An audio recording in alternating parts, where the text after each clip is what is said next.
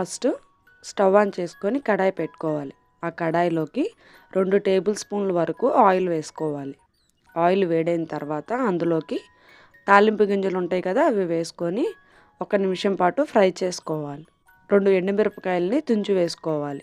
Next అలాగే medium size 2 ఉల్లిపాయలను తీసుకొని చిన్న చిన్న ముక్కలుగా కట్ చేసుకొని వేసుకోవాలి. ఒక 2 నిమిషాల పాటు ఆనియన్స్ని దూరగా వేయించుకుందాం మీడియం ఫ్లేమ్లో.